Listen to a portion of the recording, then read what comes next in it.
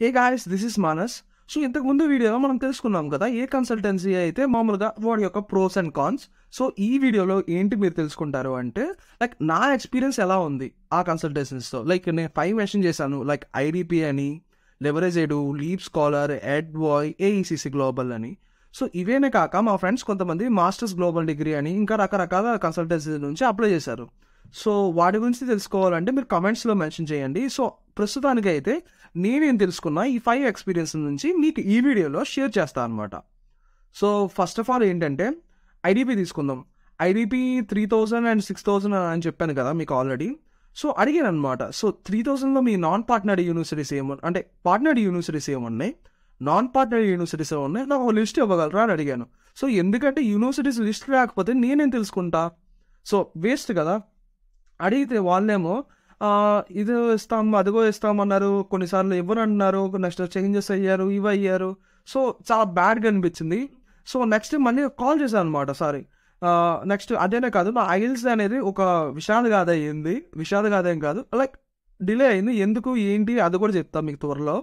అంటే GRE score, I'll score, నా profile అన్ని. సో అందుకని వాళ్ళ మీద ఒక నెగిటివ్ ఇంపాక్ట్ లాగా నా మీద, వాళ్ళ మీద నాకు క్రియేట్ అయ్యింది. సో ఆబ్వియస్లీ సో అందుకని నేను ఐడిపి త్రూ ప్రొసీడ్ అవ్వలేదు. నెక్స్ట్ చూసుకుంటే నెక్స్ట్ లెవరేజ్ ఎడుగు వచ్చాం. సో లెవరేజ్ ఎడుగులో స్టార్టింగ్లో అయితే తీసుకునేదాకా చాలా తీగా మాట్లాడారనమాట. ఆ 999 రూపాయలు కట్టగానే వాళ్ళు ఏమన్నారంటే, అవునా ఓకే, సో ఫస్ట్ మీ జిఆర్ఈ స్కోర్ రావంటే అప్పుడు స్కోర్స్ ఏం రాదు, ఫస్ట్ మీ జిఆర్ఈ స్కోర్ రావాలని అన్నారు. ఓకే వచ్చింది. నెక్స్ట్ నా ఐల్ స్కోర్ కావాలి అని అన్నారు. అంటే ఏదైనా ఇంగ్లీష్ ప్రొఫిషియన్సీ ఎగ్జామ్ తీసుకుందే అయితే కావాలి అన్నారు. సో నా ఐల్ స్కోర్ రాగానే సరే ఓకే ఐల్ స్కోర్ వచ్చింది కదా, అది ఐల్ స్కోర్ రావడం కొంచెం లేట్ అయింది కదా, లేట్ అయ్యేలోపు నా ఐల్ స్కోర్ ఇంత వస్తుంది పక్కా, మీకు ప్రామిస్ చేస్తున్నా. బట్ మాకు ఏంటంటే దానికి తగ్గ షార్ట్ లిస్ట్ ఇవ్వండి. పోనీ నాకు కొన్ని డౌట్స్ ఉన్నాయి, నాకు కొన్ని కౌన్సిలర్తో మాట్లాడాలి అంటే అస్సలు లేదు, ఐల్ స్కోర్ వచ్చేదాకా డిలే చేశారు. సో వన్స్ ఐల్ స్కోర్ వచ్చిన తర్వాత నేను కౌన్సిలర్ అసైన్ చేయడం అవన్నీ ఒక 3 to 4 డేస్లో అయిపోయింది.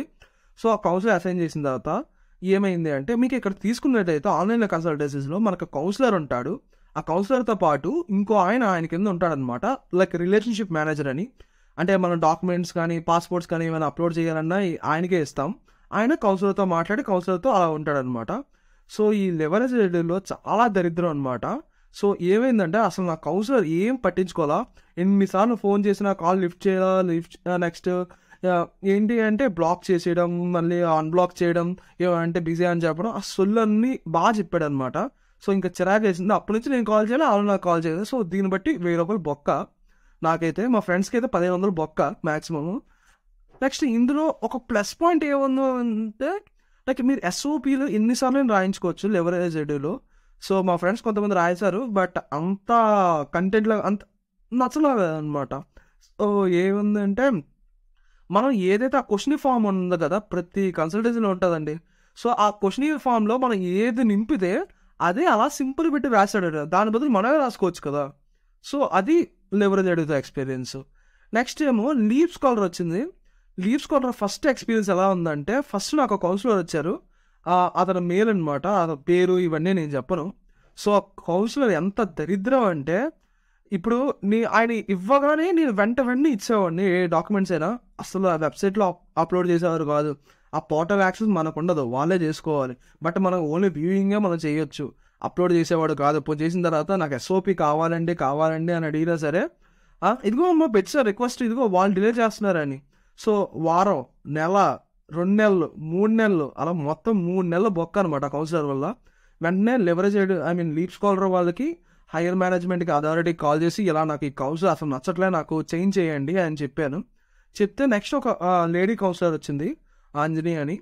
సో ఆవిడ ఏం చేసిందంటే వెంటనే అనమాట మాకు చాలా మంచి ఆవిడ, లైక్ ఎస్ఓపీస్ కానీ ఇవి కానీ వితిన్ 4 డేస్లో నేను ఎంఐఎస్కి అంటే మేనేజ్మెంట్ ఇన్ఫర్మేషన్ సిస్టమ్స్కి అండ్ సిఎస్కి రెండింటికి అప్లై చేస్తున్నా వేరియస్ కాలేజెస్లో. సో ఆవిడ రెండింటికి 2 రకాల ఎస్ఓపీలు నాకు నచ్చకపోతే వాటిని మళ్ళీ రీరైటన్ చేసి అలా 3 times రీరైటన్ చేసి ఆవిడ మంచిగా ఓన్లీ లెవరేజ్ ఎడ్యూలోనే లీప్ స్కాలర్లోనే దొరికే కాలేజెస్ కాకుండా బయట మనం ఓన్గా అప్లై చేసుకుంటాం కదా కొన్ని, అవి కూడా ఆవిడే అనమాట అప్లై చేసింది. ఎందుకమ్మా నేను చేస్తాను ఒక 3 to 4 కాలేజెస్ అయితే నాకు ఏ ఇబ్బంది ఉండదు అని చెప్పి ఆవిడే చేసింది అనమాట. నా ఒక్కడికే కాదు, మాకు ఒక మందలా ఉందన్నమాట మా ఫ్రెండ్స్. సో అందరికీ ఆవిడ అప్లై చేసింది. సో నిజంగా ఆవిడ దొరకడం చాలా లక్కీ అనమాట. అంటే ఏవైనా చిన్న డౌట్ ఉన్నా ఇలా వాట్సాప్‌లో ఇమేజ్ పెట్టగానే రిప్లై వచ్చేస్తదనమాట.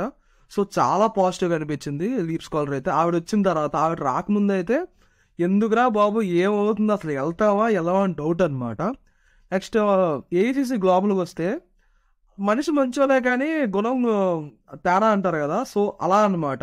సో అదేంటంటే క్విక్‌గా ఉంటారు, అన్నీ ఉంటారు. ఇందులో ఎస్ఓపీలు ఏం రాయరు వాళ్ళు. వాళ్ళు రికమెండేషన్ ఇస్తారు.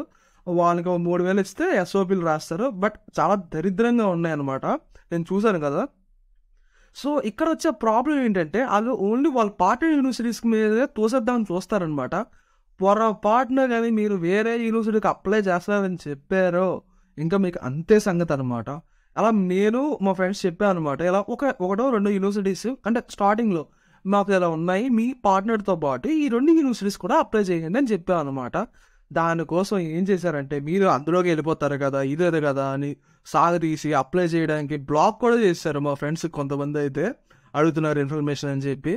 సో ఏం చేశామంటే అందులో కామన్ కాలేజెస్ ఉంటాయి కదా! ఆ కామన్ కాలేజెస్ అందులో అప్లై చేశామనమాట.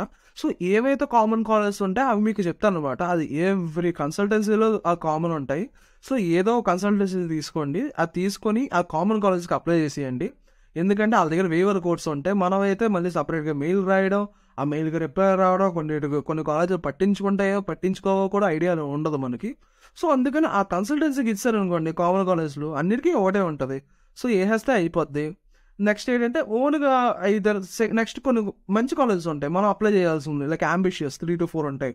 అవేంటి ఈదర్ మీరైనా అప్లై చేసుకోండి, లేకపోతే మీ కౌన్సిలర్‌ని అడగండి. లైక్ అప్రోచ్ అవ్వండి. మీరు అప్లై చేస్తారా లేదా అని. లీవ్ స్కాలర్ అయితే నాకు ఆవిడ దొరికింది. సో అలా నేను ఆవిడ త్రూ చేశాను. కొన్ని నా ఓన్‌గా చేసుకున్నా. సో అలా దొరకకపోతే సో నెక్స్ట్ ఏం చేద్దాం అనేది మనం ఫర్దర్ డిస్కస్ చేద్దాం. మీరు కామెంట్స్‌లో పెట్టండి. అది ఏఐసీసీ నుంచి అనమాట.